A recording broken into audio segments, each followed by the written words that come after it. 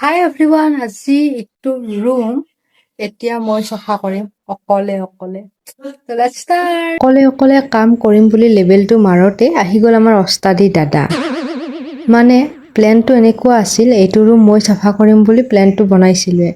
কিন্তু ঘৰত এনেকুৱা এজন মানুহ থাকেই নহয়, যিয়ে ভাবে যে তেওঁৰ হাতৰ পৰশ কোনো এটা কামত নপৰিলে সেই কামটো হৈয়ে নুঠিব।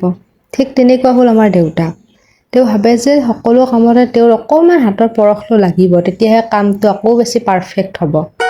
আৰু মই বেয়া নাই পোৱা, মইতো ভালেই পাইছোঁ। 2 ঘণ্টাৰ কামটো 1 ঘণ্টাতে হৈ গ'ল।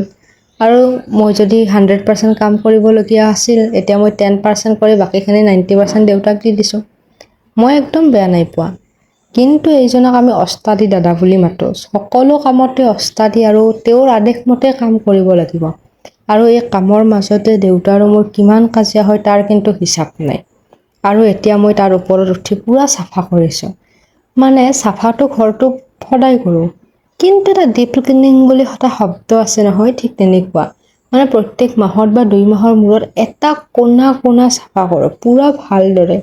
নহ'লে আমাৰ দেউতাই উশাহ নিশাহ লোৱাত অকণমান কষ্ট পায়। যদি ক'ৰবাত অকণমান লেতেৰা দেখিছে, গালি শপনি খাবলগীয়া হয়। সেয়াই আৰু দেউতাৰ কথা মতে চাফাবোৰ কৰিলোঁ।